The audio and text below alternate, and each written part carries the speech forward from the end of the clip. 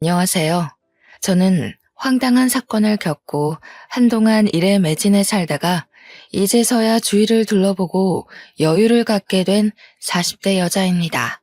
저의 이야기는 제 인생에 가장 큰 굴곡이 있었던 시점이라고 해도 무방할 만큼 저에게는 너무나도 힘든 사건이었습니다. 말로 풀어내는 것조차도 힘들어서 상담을 통해 제 마음속 깊이 있는 이 분노와 우울을 풀어놓는 데만 2년이 꼬박 걸렸습니다. 상담사 선생님께서 저에게 자꾸 아무 일도 아닌 것처럼 남에게 털어놓기도 해야 마음이 가벼워진다고 해서 이곳을 찾게 되었습니다. 너무나도 재밌고 파란만장한 이야기들 사이에 제 이야기가 묻힐까봐 걱정되지만 한번 풀어보겠습니다. 저는 아주 큰 한정식 집을 하는 어머니 밑에서 자라 손맛의 중요함을 배우고 살았습니다. 제가 어렸을 때 우리 아버지께서 병으로 돌아가신 터라 어머니께서는 저를 정말 힘들게 키우셨죠. 그때만 해도 식당이 지금의 규모로 크지는 않았습니다. 어머니께서 식당을 운영하신 이유는 혹여라도 제가 밥을 굶을까 싶어서 시작하신 거였거든요. 아빠 없는 애. 그렇게 놀림을 당하고 눈물을 흘리면서도 꾸역꾸역 밥만큼은 챙겨 먹고 살았던 게 전부 우리 어머니 덕분이었습니다. 절대로 우리 딸이 굶고 다니는 건 볼 수 없다며 제가 좋아하는 음식들을 하나 둘 늘리다 보니 어느덧 식당에도 손님이 늘어나게 되었고 점차 큰 곳으로 이사를 옮겨 다니다 보니 지금은 서울에서도 한정식 집이라고 하면 그 집 하고 바로 나올 정도로 큰 음식점을 운영하게 되었습니다. 처음부터 장사가 잘 되는 건 아니었습니다만 각고의 노력 끝에 겨우겨우 얻어낸 명성이었습니다. 어릴 때부터 맛있는 음식들을 먹으면서 자랐기 때문에 음식의 중요성은 정말 누구보다 잘 알고 있었습니다. 하지만 사춘기에 접어든 나이에 음식 장사를 하는 어머니가 매번 좋을 순 없었죠. 늘 어머니는 가게를 운영하느라 바빠야만 했고 저는 공부를 하느라 집에만 있어야 했거든요. 집에서 엄마가 차려준 간식을 먹으면서 공부를 했다는 친구들이 그렇게 부러울 수가 없었습니다. 저는 늘 집에서 혼자 엄마가 차려두고 간 저녁밥이나 데워 먹으면서 공부를 해야 했습니다. 그때는 그 저녁밥 차리는 게 그렇게 힘든 일인지도 모르고 매일같이 투정만 부려댔습니다. 엄마는 왜 맨날 바쁘냐고 그렇게 돈을 벌여야 했던 집안의 생계를 책임져야 했던 어머니의 가슴에 비수를 꽂는 날이 늘어났죠. 어머니께서는 저의 그런 투정에도 늘 변함없이 식당을 지키셨습니다. 간단한 찌개 정식을 팔던 집에서 코스 요리만 파는 한정식 집으로 올라오기까지 수없이 많은 세월을 보내야만 했습니다. 마지막으로 건물을 올려 가게를 내었을 때는 정말 어머니의 손맛, 그 노고에 손뼉을 치지 않을 수 없었습니다. 한정식집 치고는 가격이 꽤 나는 곳이라 상견례 자리로도 많이 사용하시고 정치인들도 와서 식사를 하는 곳이었습니다. 드라마 같은 데 보면 룸으로 딱딱 이루어져서 독채 시스템으로 운영되는 그런 한정식집 많이 보셨죠? 그런 장소 협찬도 하고 유명인들이 몰래 데이트를 하는 곳으로도 손색 없는 그런 한정식 집을 일궈내셨습니다. 그래서 그런지 한 달에 버는 돈이 어마무시할 정도였어요. 대학생이 되고 나서 첫 아르바이트를 했을 때 그제야 어머니가 얼마나 힘들게 저를 키웠을지 갑자기 와닿았습니다. 고작 한 달에 70만 원 벌기가 이렇게나 힘든데 우리 어머니는 그 돈 벌어서 저를 대학까지 보냈으니까요. 대학을 졸업하는 순간까지 어머니께서 힘들게 번 돈을 허투루 쓰지 않기 위해 저는 정말 많은 노력을 했습니다. 제가 대학 다닐 때 정말 공부만 하고 살았었는데 그래서 그런지 친구들과 어울려 술을 먹거나 클럽을 간 적도 없었습니다. 친구들이 별로 없는 것도 한몫이긴 했죠. 대학에서 제 별명은 책이었습니다. 늘 책이 있는 곳에 제가 있다는 말이 와전되어 별명으로 자리 잡은 거였죠. 그런 저에게도 딱 한 명의 친구가 있었는데 조별 과제를 하다가 알게 된 저와 아주 비슷한 성향의 친구였습니다. 조별 과제를 하면서 다른 팀원들에게 치이고 교수님께 치이고 하며 의리를 다지게 된 케이스인데 그 의리가 정말 돈독했습니다. 대학을 졸업하는 순간까지도 붙어 다니면서 불도저처럼 과제를 해냈거든요. 그런 저의 단짝에게 어렸을 때부터 친하게 지냈다던 동네 친구가 하나 있었는데 다른 과에 진학하여 마주할 일이 별로 없었습니다. 캠퍼스를 누비거나 커피를 마시거나 학식을 먹을 때 정도 붙어 다니면서 이야기를 나누게 되었습니다. 처음에는 어색했지만 자연스럽게 같이 있는 시간이 늘어나면서 셋이 어울려 다니게 되었죠. 그런데 남녀 사이라는 게 원래 갑작스럽게 스파크가 튀어오르고 그런 법이잖아요. 제가 친구의 단짝 친구와 연애를 하게 된 것입니다. 느지막하게 찾아온 첫사랑은 참으로 요란하게 남들에게 보였었나 봅니다. 캠퍼스 커플이라는 특성상 학교 내에서 모르는 사람이 없을 정도였어요. 남자친구가 군대에 갈 때 훈련소까지 따라가서 그의 가족들 앞에서 울고불고 하기도 하고요. 그런데 그런 시간이 무척이나 무색하게도 남자친구가 저에게 말도 안 하고 휴가를 나와서 클럽에 간 걸 알게 된 것입니다. 클럽만 갔으면 잔소리 좀 하고 말았을 텐데 거기서 여자를 만난 걸 제가 알게 되었고 우리는 헤어지게 되었습니다. 그때부터 저는 학교도 자주 빠지고 공부에도 손 놓고 4학년 되어서 성적에 손을 놓았으니 겨우겨우 졸업장만 받게 되었죠. 졸업식 날 어머니께 얼마나 죄송했는지 모르겠어요. 남자친구와 연애를 하기 전까지 정말 좋았던 성적이 갑자기 뚝뚝 떨어지고 학고만 맞지 않으면 다행이다 할 정도였으니까요. 그렇게 힘들게 저를 대학까지 보내주신 건데 참으로 죄송했습니다. 저는 대학을 졸업 후 열심히 취업 준비를 했습니다. 그제야 정신을 차리고 이런 자격증 저런 자격증 모두 기웃거리면서 취업에 도움된다는 건 긁어모으기 시작했습니다. 하지만 3년 동안 취업에 실패하고 좌절하고 결국에는 기업의 눈을 낮추고 했는데도 취업이 되지 않았어요. 저에게 선택할 수 있는 별다른 제한이 없었기에 저는 어머니의 식당으로 취업을 하게 되었습니다. 어머니께서도 언젠가 본인이 늙어 힘이 없어지면 저에게 물려주고 싶다고 하셨기에 일찌감치 식당으로 들어갔습니다. 물론 저도 당연히 안주인 수업을 받게 될 줄 알았는데 제 예상과는 다르게 어머니는 혹독하셨습니다.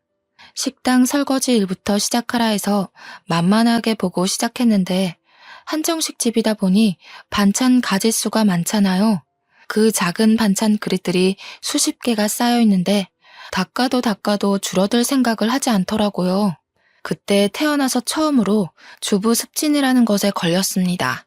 고무장갑을 끼고 설거지를 해도 그 안으로 물이 다 고여들어와 손이 퉁퉁 불기 일쑤였습니다. 그렇게 3년 동안 설거지에 반찬 나르기에 식기 정리만 하다가 겨우겨우 손님도 맞이하게 되고 계산을 하게 되었습니다. 나름 식당 돌아가는 시스템에 대해서 빠삭하게 알게 된 덕이죠. 저는 여전히 졸업 후에도 조별 과제를 함께하며 의리를 다진 대학 동기와는 연락을 하고 지냈습니다. 그런데 대학 동기와 단짝 친구였던 전 남자친구가 저를 한번 보고 싶다고 했다는 게 아니겠어요. 헤어진 지 벌써 7년이나 지난 후였고 저도 뭐 첫사랑이라고는 하지만 지나간 추억이니 한 번쯤 만나서 대학 시절 이야기를 나누는 거 나쁘지 않다고 생각을 했어요. 대학 동기도 오랜만에 셋이 한번 뭉치자고 넌지시 이야기하길래 저도 알겠다고 했습니다. 그래서 하루 시간을 내서 같이 만나게 되었는데 술을 한잔하고 집에 가려는 찰나 저를 붙잡고 할 이야기가 있다고 하더군요. 저한테 그때는 정말 철이 없어서 미안했다고 한순간의 실수였다고 꼭 사과하고 싶었대요. 저야 뭐 지난 일이니까 알겠다고 했어요. 그러면서 저에게 자기는 지금 중소기업 신인으로 일을 하고 있고 다시 한번 만나보고 싶다는 식으로 이야기를 하더군요.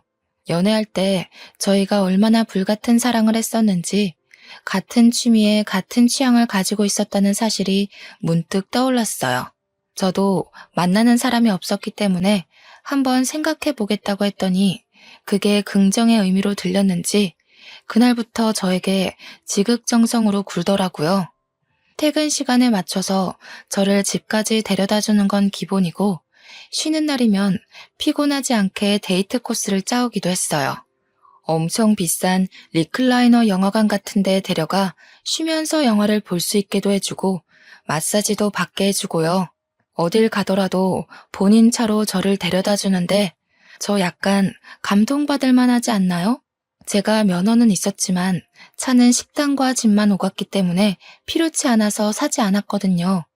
아무튼 그렇게 6개월 정도 지켜보다가 예전과 꽤 변한 모습에 새로움을 느껴 다시 만나보기로 결정을 했습니다. 그런데 그때는 저희가 이미 30의 나이를 하고 있었으니 연애만 하기에는 살짝 애매한 시기이기도 했어요. 그래서 진지한 만남을 생각하고 서로의 저축이 얼마가 있는지, 월급이 어떻게 되는지 경제 능력을 다 오픈했어요. 물론 제가 훨씬 더 많이 벌고 모아둔 돈도 많았지만 남자친구랑 같이 있으니 행복하고 즐거워서 상관없겠다 싶었습니다.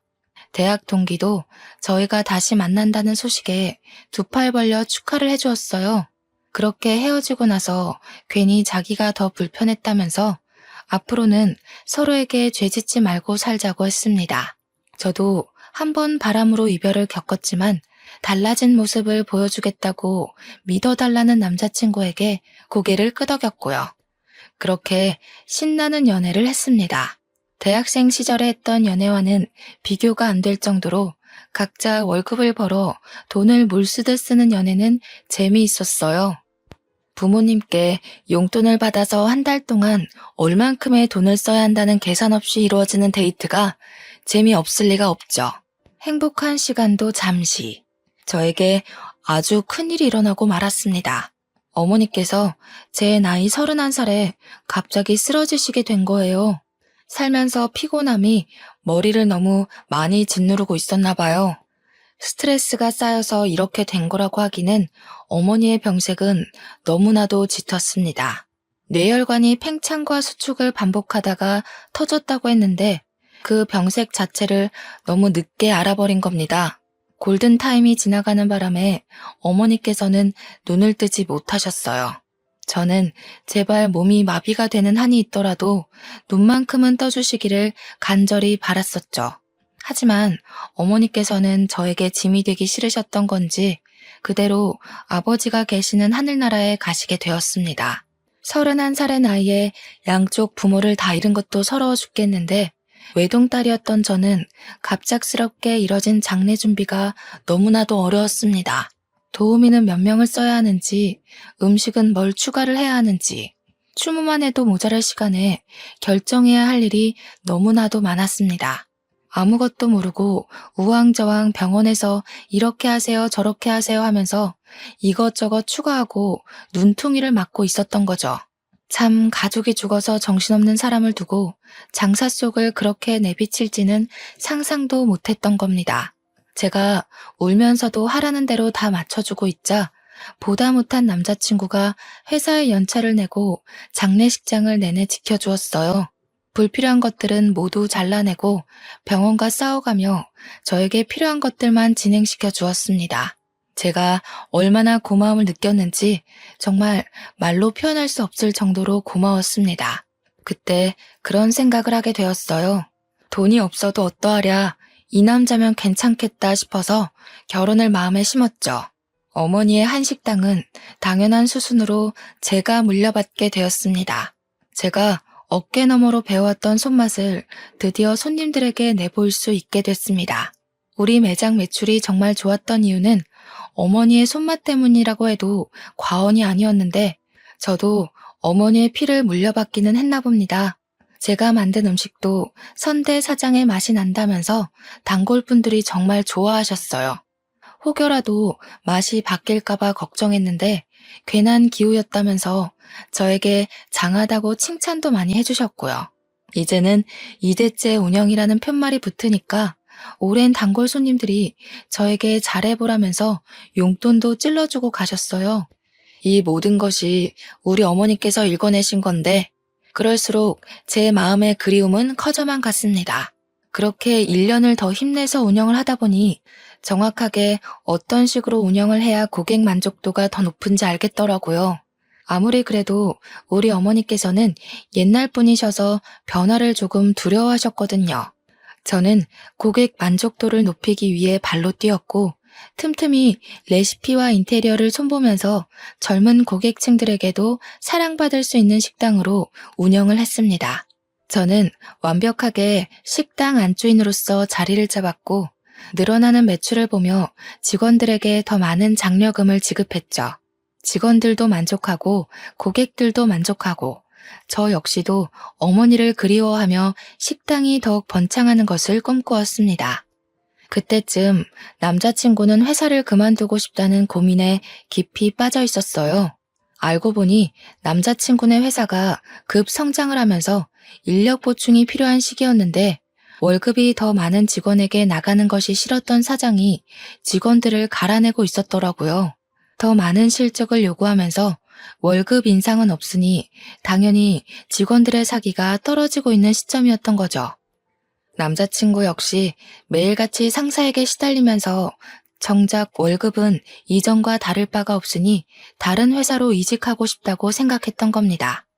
그래서 저는 솔직하게 남자친구에게 이야기를 했어요. 회사에서 스트레스 받으면서 고생하지 말고 저와 결혼해서 같이 식당 일을 하는 게 어떻겠냐고요. 저에게는 나름 용기 있는 고백이기도 했고 사실 저희 가게 매출만 생각하면 남자친구가 절대 거절할 처지가 아니긴 했거든요. 남자친구는 당연히 제 프로포즈에 긍정적인 응답을 했습니다. 하지만 몇 년을 양복을 입고 회사원이라는 타이틀을 달고 있다가 식당에서 일한다는 게 좀 뭐랄까 마음에 차지 않는다고 했어요. 양복을 입는 게 뭐가 중요한가 싶었죠, 저는. 그래서 남자친구에게 옷차림새가 중요한 게 아니다. 월급을 생각해 보자고 했어요. 하지만 남자친구는 계속해서 회사에 다니고 싶다. 명함에 기업 이름이 찍혀 있었으면 좋겠다고 의견을 굽히지 않았습니다. 그렇게 의견이 미묘하게 충돌하는 와중에 결혼 준비가 시작이 되었고 예비 시부모에게 인사를 하러 가게 되었습니다. 저는 이미 부모님이 모두 돌아가셨기 때문에 남자친구는 저희 집에 인사를 드리러 오지 않았어요. 납골당에 가서 같이 부모님의 영정사진을 보면서 인사를 드렸죠. 아무튼 제가 시댁에 처음 인사를 드리러 간 날 예비 시부모님께서는 저를 아래 위로 쭉 훑어보셨습니다. 그 시선이 곱게만은 느껴지지 않아서 가슴 한구석이 철렁하기도 했습니다. 그런데 시부가 저한테 쓱 식당 이야기를 꺼내더군요. 네가 CC 식당을 운영한다고? 하시면서 거기 엄청 유명한 곳 아니냐고. 자기도 가본 적은 없는데 시부네 회사 높으신 분들도 거기 가서 식사한다고 하더라 하셨어요. 저희 한정식집이 워낙 기업 대표님들도 많이 오시고 정계 쪽에서 유명하신 분들도 자주 들리시는 곳이라 저는 아무 생각 없이 끄덕끄덕했습니다. 그랬더니 시모가 갑자기 활짝 웃으면서 대기업 대표들도 온다고? 하시면서 그러면 높으신 분들한테 우리 아들 취업 이야기 좀 해보지 그랬어 하시는 겁니다. 저는 그 말이 조금 어이가 없었습니다. 대기업 대표들과 안면이 있다고 해도 식당에 밥 드시러 온 손님에게 어떻게 취업 청탁을 할 수 있겠어요? 그러다가 소문이라도 나면 저희 식당에 단골 손님들 다 떠나가지 않겠습니까? 그래서 저는 시모에게 거절의 의사를 표하면서 웃으면서 이야기를 했어요. 제가 무슨 힘이 있다고 그런 이야기를 하겠냐고요. 그냥 우리 식당에 식사하러 오시는 분들이지 친분은 전혀 없다고 이야기를 했습니다. 그랬더니 시모가 엄청 불편한 얼굴을 하면서 저를 또 아래 위로 쓱 훑어보면서 안이 꼽다는 듯이 이야기를 하시는 겁니다. 너 돈 좀 만진다고 우리 아들한테 하대하고 꼽주고 그러는 거 아니지? 하시는데 느낌이 딱 쎄하더라고요. 그때 그 쎄함에 결혼을 뒤집어 엎었어야 했는데 홀로 남겨진 저는 의지할 곳이 급하게 필요했었나 봐요. 그런 이야기를 듣고도 남자친구와의 결혼을 계속 진행했으니까요.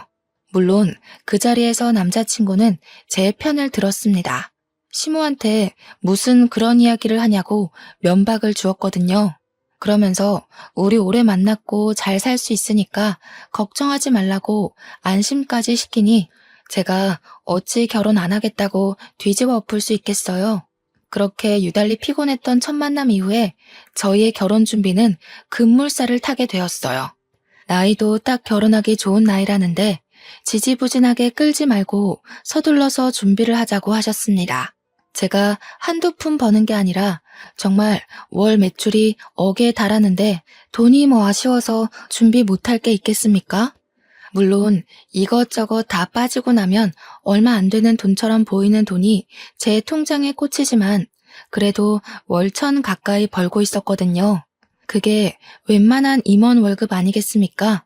근데 제가 남자친구한테 이미 얼마를 버는지 다 오픈을 한 상태였잖아요. 제 벌이를 시부모도 전해 들었는지 은근히 저에게 압박이 들어오지 않겠어요. 혼수는 이거로 준비해서 네가 해와라. 우리 집 냉장고 좀 바꿔주라. 우리 집 TV가 작다. 이런 건 아주 귀여운 수준이었습니다. 저에게 명품 가방에 구두, 모피코트를 들이밀었을 때는 이게 뭐지? 싶었거든요. 시모가 자꾸 저를 볼 때마다 이거 사줘 저거 사줘 하는데 우리 어머니께도 못 해드렸던 걸 시모에게 해드려야 하나 싶었어요. 거기다가 집도 제가 어머니 돌아가시고 같이 살던 집에 혼자 살고 있었거든요. 그 집을 신혼집으로 꾸미자고 이야기를 다 끝내놨는데 시모가 신혼집은 따로 구해야 하지 않겠냐는 겁니다. 우리 어머니와의 추억이 담긴 집이라 이사를 가고 싶지 않다고 했는데도 꾸 박박 우겨대면서 신혼집을 따로 구하라 하셨어요. 제가 참다 못해서 남자친구에게 신혼집만큼은 양보 못한다. 우리 식당 출퇴근하기도 좋고 집 평수도 큰데 왜 자꾸 신혼집을 구해야 하나 했어요. 그랬더니 시모가 저에게 전화가 와서 한다는 소리가 뭔지 아세요? 그 집 사람 죽은 집 아니냐고 하더군요. 우리 아들도 뇌출혈로 죽으면 어떻게 하냐고 집 터가 나쁜 것 같대요. 제가 그 말을 듣고도 제정신일 수 있었겠어요? 다른 것도 아니고 우리 어머니의 죽음을 가지고 그렇게 이야기할 수 있나요? 저는 정말 시모가 사이코패스인 줄 알았습니다. 뇌출혈로 사람 죽어난 집에 살면 우리 아들 죽을까봐 겁나서 그 집에 살지 않았으면 좋겠다는 게 정말 다시 생각해도 너무 열받고 화딱지가 나네요. 그래서 제가 어떻게 할게요? 바로 헤어지자고 했습니다. 그런 말을 하는 가족은 내 가족으로 받아들일 수 없다. 어떻게 사돈의 죽음을 가지고 그딴 소리를 할 수 있냐고 막 쏘아붙였습니다. 남자친구도 제 입에서 헤어지자는 이야기가 나올 거라곤 상상도 못했는지 무척 당황해하면서 변명도 못하더라고요. 저는 남자친구의 얼굴도 보기가 싫었고 만나주지도 않고 연락도 피하면서 이별을 준비했어요. 제가 오죽하면 결혼 준비를 하던 와중에 헤어지자고 했겠습니까? 말을 다 안 해서 그렇지 그동안 화나는 일이 한두 가지가 아니었습니다. 제가 이별하자고 했더니 시부모도 저에게 처음에는 연락이 와서 우리도 부모 없는 애 싫다, 식당하면 억척스러운 거 아니냐 하시며 흑백 논리를 펼치셨습니다. 남자친구가 집에 가서 어떤 이야기를 어떻게 했는지는 몰라도 한 2주일쯤 지나니까 맨날 우리 식당에 찾아와서 미안하다고 하시더군요. 순수하게 미안하다고만 하시진 않았죠. 뭐 우리 아들이 너 아니면 죽겠다는데 다시 한 번만 만나줘라 라는 명령조였어요. 당연히 저도 그럴 일 없습니다. 가세요 하고 보내드렸죠.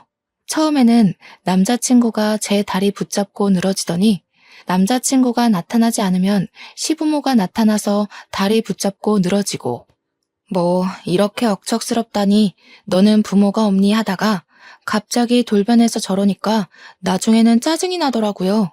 한두 달 동안은 경찰에 신고하겠다, 찾아오지 말아라 하다가 저도 지쳐버린 거죠.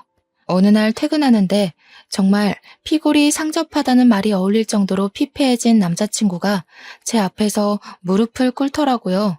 가족들이랑 인연을 끊고 살겠다면서 저 없으면 안 된다고 울고불고 하는데 마음이 좀 동하더라고요. 우리 부모님의 죽음을 욕되게 한 인간이랑은 상종하지 말아야지 했는데 그동안 사랑했던 기억이 밀려오고 그래서 저도 모르게 남자친구한테 그럼 앞으로 정말 인연 끊고 살 수 있겠냐고 물어봤어요. 그러니까 저에게 끄덕이면서 절대로 연락도 안 오게 해주겠다고 걱정 말고 자기 한 번만 믿어봐달라고 하더라고요. 이미 반 이상 결혼 준비가 진행되었던 터라 마지막으로 한 번만 믿어보겠다고 하고 결혼을 진행했습니다. 그렇게 식당 일 하면서 틈틈이 식장을 알아보고 웨딩드레스도 고르고 웨딩 사진까지 촬영 다 하고 나니까 시기 코앞이었습니다. 싱숭생숭한 마음을 뒤로한 채 저는 남편의 손을 잡고 버진로드를 걸었고 결혼식을 무사히 마치게 되었어요. 식장에서 시부모들은 제 눈도 제대로 못 보시더라고요. 평생 그렇게 저를 불편해해 주십사 요청을 드리고 신혼여행도 잘 다녀왔습니다. 제 식당 명성에 맞게 번쩍번쩍하게 돈을 처발라가면서 온갖 손님들을 다 초대해서 결혼식을 올렸거든요. 심지어 저희 단골 손님들 중에 유명하신 기업인들께서 혼주석에 앉아주시겠다고 할 정도로 제 기가 눌리면 안 된다고요. 주변에서 저를 엄청 신경 써주신 따뜻한 결혼식이었어요. 시부모도 저희 측 손님들을 보시고는 조금 놀란 눈치였습니다. 혹여라도 남편의 취업 청탁이라도 할까봐 조금 긴장되기도 했지만요. 아무튼 신혼여행 다녀와서도 시댁에서는 저에게 일절 연락이 없었고 저는 편하게 식당 일을 했어요. 명절이 다가와서 어떻게 해야 하나 하고 있는데 남편이 저에게 갈 필요 없다고 하더라고요. 명절 당일에서야 자기 혼자 시댁에 쓱 갔다 오는 걸로 명절은 마무리가 되었어요. 저도 어차피 우리 부모님에 대해 그렇게 말했던 사람들의 얼굴을 보면서 하하호호 웃으며 식사하기가 좀 싫었거든요. 거기다가 명절이 되면 저희 식당이 쉴 틈 없이 엄청나게 바쁘기도 하고요. 명절 당일 하루 쉬지만 앞뒤로 예약이 꽉꽉 찰 정도로 바쁜 식당이니 직원들만 두고 제가 시댁에 가기도 좀 뭐하잖아요. 우리 어머니께서도 명절에 단 하루도 쉼없이 바쁘게 사셨던 분이셨고요. 그래도 동방예의지국에서 며느리로 맞이하는 첫 명절인데 그냥 넘어가긴 또 마음이 그래서 전화는 드렸어요. 명절에도 식당 일이 바빠서 방문은 못할 것 같으니 생신 때 제대로 챙겨드리겠다고 했습니다. 그때까지도 결혼한 지 얼마 안 된 시점이기에 저에게 지은 죄가 있으셔서 그런지 알겠다고만 하셨습니다. 물론 남편도 시부모한테 잔소리를 엄청 퍼부었던 것 같긴 했어요. 한 2년 동안은 아무 탈 없이 행복한 신혼을 보내면서 잘 살고 있었습니다. 남편은 결혼하고 1년 동안 재취업 준비를 해보겠다고 하더니 여전히 볼품은 없지만 중소기업에 취업해서 월급도 꼬박꼬박 가져오고 있었고요. 우리도 서로의 생활에 익숙해진 시점이라 슬슬 아이를 가져볼까 하고 생각을 하고 있었습니다. 그전까지는 저도 상황이 어떻게 될지 모르고 또 시부모님이 언제 돌변하실지 몰라서 피임을 하고 있었거든요. 사실 부부라는 게 그렇잖아요. 아이가 들어서야 진정한 가족을 이루는 그런 느낌. 요즘 젊은 사람들은 딩크족이다 뭐다 해서 아이를 갖지 않기도 하지만요. 저는 뭔가 내 가족을 이루려면 아이가 있어야 한다는 생각이 뼛속 깊이 자리 잡고 있었어요. 그래서 남편에게도 은근히 가족 구성원에 대해 이야기하면서 아이를 가지고 싶다는 의사를 내비쳤죠. 이제는 남편도 돈을 벌어오고 저는 정말 완벽하게 제 식당을 운영하고 있었기 때문에 지금 시기가 딱 좋다고 생각했습니다. 임신 준비를 하기 위해 피임약 복용을 중단하고 각종 영양제를 챙겨 먹으면서 몸의 회복을 기다리고 있었어요. 그런데 말이죠. 저는 나름 남편에 대해 모르는 게 없다고 생각했는데 집중하고 있던 식당 일에서 눈을 돌려 남편만 바라보고 있으니 뭔가 이상하더라고요. 그때는 저도 피곤해서 생각도 안 했었는데 임신을 준비하려고 하니 남편이 자꾸 피곤하다고 하면서 거부하는 게 수상했어요. 물론 남편이 아직은 회사에서 제대로 된 프로젝트도 못하고 이리저리 쫓겨만 다니는 처지인 걸 알아서 이해하려고 했는데 아무리 회사 일이 힘들고 지친다고 해도 그렇게 힘든 일인가 싶은 거죠. 은근히 저를 피한다는 느낌도 들고 그래서 이 사람이 바람을 피운 전적이 있었으니까 저도 의심이 가는 겁니다. 그래서 집중적으로 남편을 주시하기 시작했어요. 근데 딱히 별거 없긴 하더라고요. 회사 퇴근해서 한 달에 한두 번씩 회식 있을 때 빼고는 늦게 끝나는 저를 식당 앞까지 매일 데리러 오고 제가 좀 예민한 건가 하는 타이밍에 남편이 회식이 있다고 차를 두고 간다고 하더라고요. 그래서 제가 남편 차를 끌고 식당에 오면서 블랙박스를 뒤져보았습니다. 근데 거기서도 별거가 없는 거예요. 그냥 날짜별로 시간대별로 정리가 된 블랙박스들만 있었어요. 기록을 뒤져봐도 여자 같은 건 보이지 않았고요. 듬성듬성 비는 시간이야 차량 시동 꺼두면 꺼지니까 출퇴근 시간은 다 잘 찍혀 있었고요. 저는 순간 저에게 의부증 같은 게 생긴 건 아닌가 진심으로 고민도 했었습니다. 그러던 어느 날 주말 남편이 뜬금없이 대학 동창들을 만나러 간다고 하는 겁니다. 누구를 만나냐고 물어보니 남편이 과 동기들 이름을 대는데 저는 잘 모르는 친구들이었어요. 제가 은근히 웃으면서 너 동창들 만나러 간다고 해놓고 다른 데 가는 거 아니지? 하니까 허둥지둥 대면서 아니라고 하더라고요. 우리 단짝 친구 이름을 대면서 걔도 온다고 하길래 아 그래? 하고 말았습니다. 술에 완전히 취해 들어왔길래 다음날 아침에 해장국 끓여주고 친구도 숙취에 좀 시달리겠다 싶어서 전화를 걸어 오랜만에 안부를 물었어요. 어제 술 많이 마셨냐고 하니까 술 안 마셨다고 하더라고요. 그래서 동창들 만났는데 술을 안 마셨어? 하니까 자기는 집에 있었대요. 그래서 남편에게 바로 말을 했죠. 걔는 어제 집에 있었다던데? 하니까 뭐 오겠다더니 안 온다고 말 바꾸더라 하면서 어물쩍 넘어가더라고요. 그래서 딱 말했어요. 어제 동창 모임 없었지? 너 혹시 바람 피우니? 이렇게요. 죽어도 아니라고 이야기하는데 저도 증거가 없어서 일단은 남편의 행적을 지켜보기로 마음먹었습니다. 행동 하나하나를 지켜보는데 평소랑 크게 다를 바가 없긴 했어요. 그래도 쉽게 의심을 버리지는 않았습니다. 저희가 원래 서로 휴대폰에 비밀번호를 걸어두고 신경을 쓰지 않고 지냈거든요. 그런데 바람의 기본은 휴대폰 아니겠어요? 남편이 씻으러 간 사이에 비밀번호를 대충 유추해서 이것저것 눌러봤는데 하나도 맞질 않더라고요. 휴대폰만 뒤지면 뭔가 나올 것 같은 기분에 저는 남편이 잘 때까지 기다렸다가 지문 인식을 통해서 비밀번호를 풀었습니다. 순간 고민도 많이 되긴 했어요. 판도라의 상자를 열어버린 느낌이 들더라고요. 이 사람이 정말 바람을 피운 거면 난 어떻게 해야 할까 하는 생각에 볼까 말까 고민이 되었습니다. 하지만 남편이 바람을 피운다고 하면 저도 같이 살 이유가 없는 거나 마찬가지 아니겠어요? 이혼까지도 생각을 하고 결단을 내렸고 저는 그 판도라의 상자를 열어 천천히 살펴보기 시작했습니다. 남편의 문자를 막 뒤지고 있는데 어느 대학병원에서 온 문자가 엄청 많은 게 아니겠어요? 카드 내역을 살펴보는데도 병원 내에 있는 카페에서 찍힌 영수증 문자가 많이 있었어요. 커피 사 먹은 거, 샌드위치 사 먹은 거.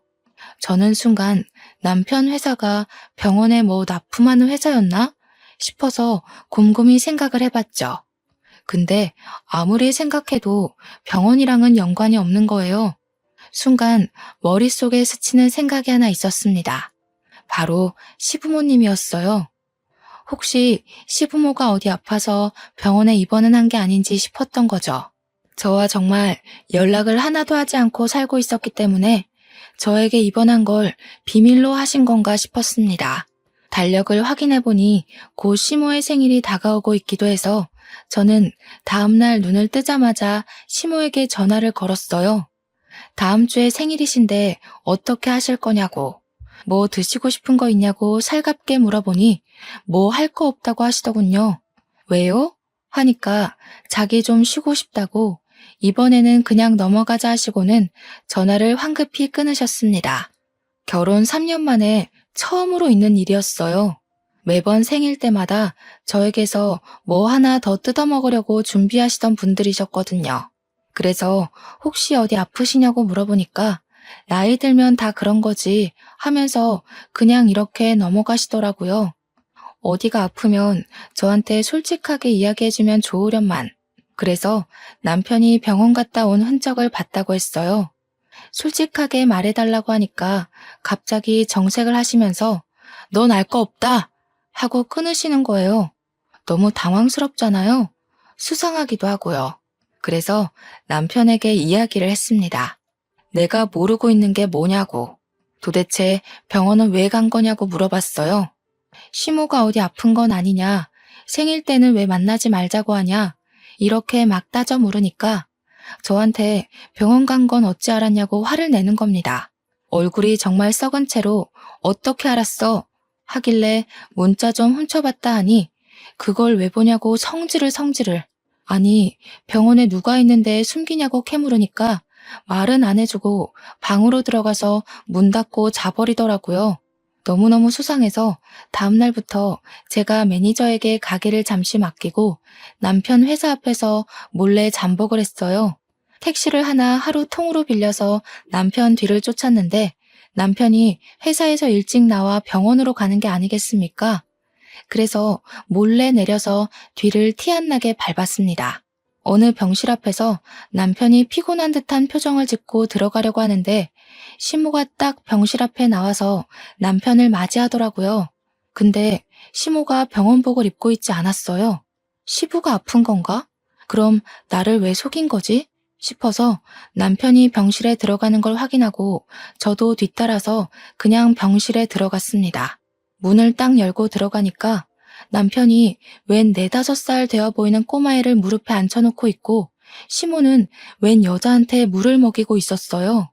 피부도 거무죽죽하고 머리도 다 빠져있는 여자를 보고 처음 보는 얼굴이라 이게 누구야? 하는 표정으로 남편을 바라봤죠.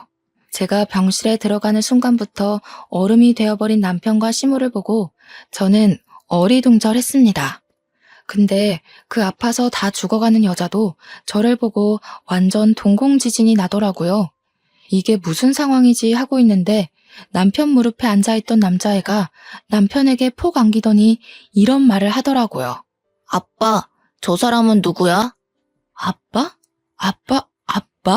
저는 진짜 그대로 뒤로 넘어가는 줄 알았습니다.